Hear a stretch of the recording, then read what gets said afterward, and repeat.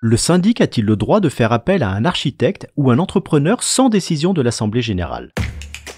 Vous écoutez un podcast imaginé par Le Particulier, le média de référence pour mieux connaître vos droits au quotidien.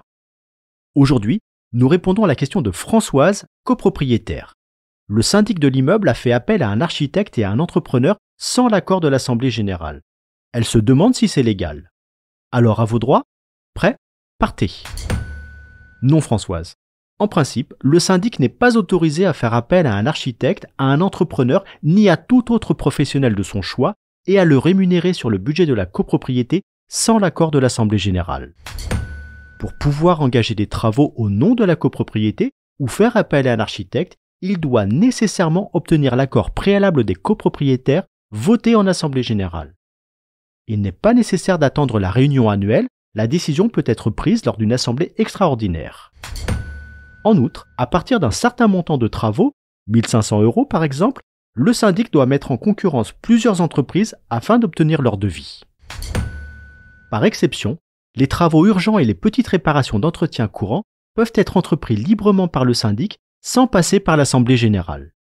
Là encore, un garde-fou existe puisque les copropriétaires peuvent voter un montant de travaux, 500 € par exemple, au-delà duquel l'avis préalable du conseil syndical est obligatoire. Sur ce point, notez que le conseil syndical peut lui aussi décider seul d'entreprendre des travaux relevant de la majorité simple de l'article 24 en vertu d'une délégation de pouvoir confiée par l'Assemblée générale. Dans tous les autres cas, les travaux d'une certaine importance doivent d'abord être votés en Assemblée générale pour pouvoir être exécutés.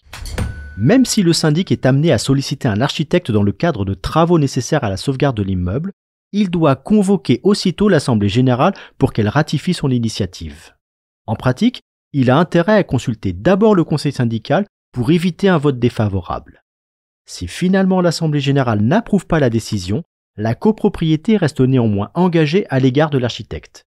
Il faudra alors agir contre le syndic pour obtenir un remboursement. En copropriété, l'enfer ce n'est pas seulement les autres, ce peut être aussi le syndic.